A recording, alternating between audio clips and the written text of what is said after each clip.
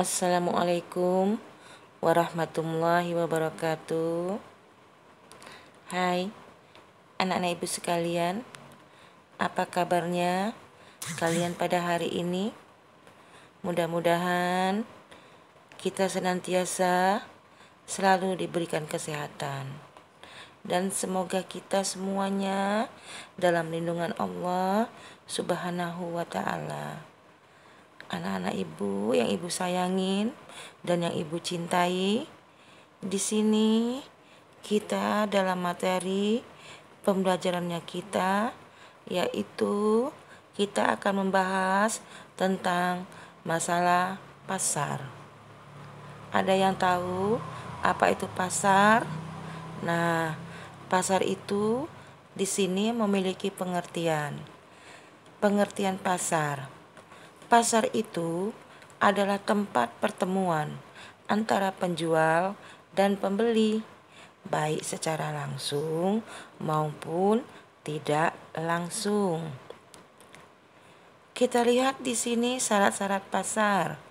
Syarat pasar itu antara lain yang pertama, adanya penjual. Kemudian yang kedua, adanya pembeli. Yang ketiga, tersedianya barang yang diperjualbelikan.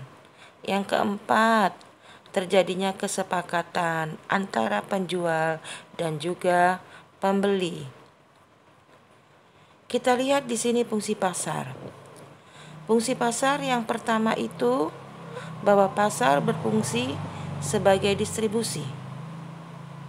Kita ketahui pasar itu sebagai tempat untuk menyalurkan barang atau juga jasa dari produsen ke konsumen.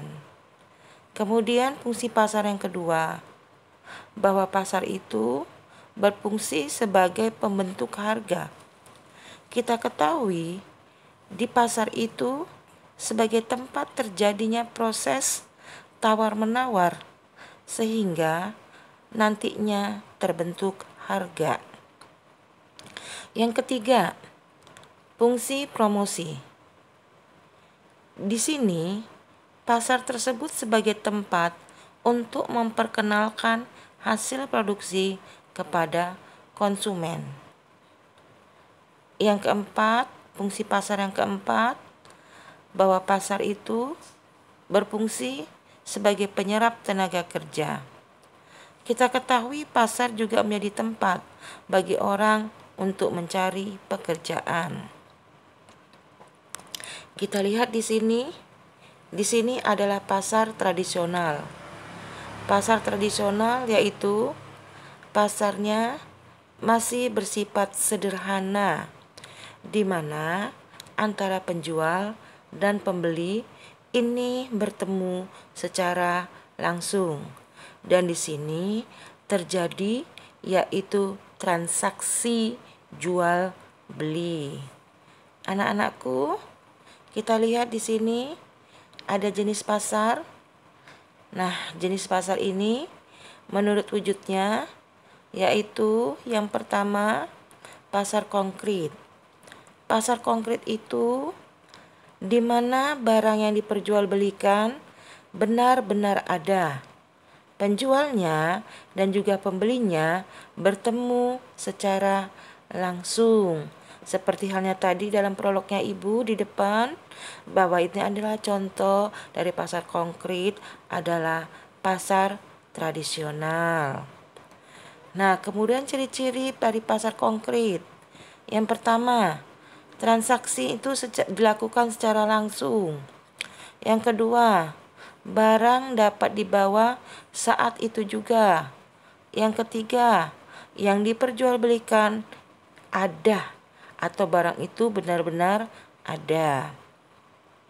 Baiklah, kita masukin yang kedua, pasar abstrak. Apa itu pasar abstrak? Pasar abstrak yaitu pasar melalui interaksi media secara tidak langsung antara penjual dan pembeli. Nah, sebenarnya penjualnya ada, ya, tetapi di sini dalam hal ini, dalam pasar abstrak ini, itu media yang dilakukan itu tidak langsung, sehingga antara penjual dan pembelinya tidak bertemu dalam satu tempat secara bersamaan. Ciri-ciri pasar abstrak. Yang pertama, penjual dan pembeli berada di tempat yang berbeda. Yang kedua, transaksi dilandasi oleh rasa saling percaya. Yang ketiga, barang yang diperjualbelikan tidak tersedia, hanya contohnya saja. Yang keempat, transaksi dilakukan dalam partai besar.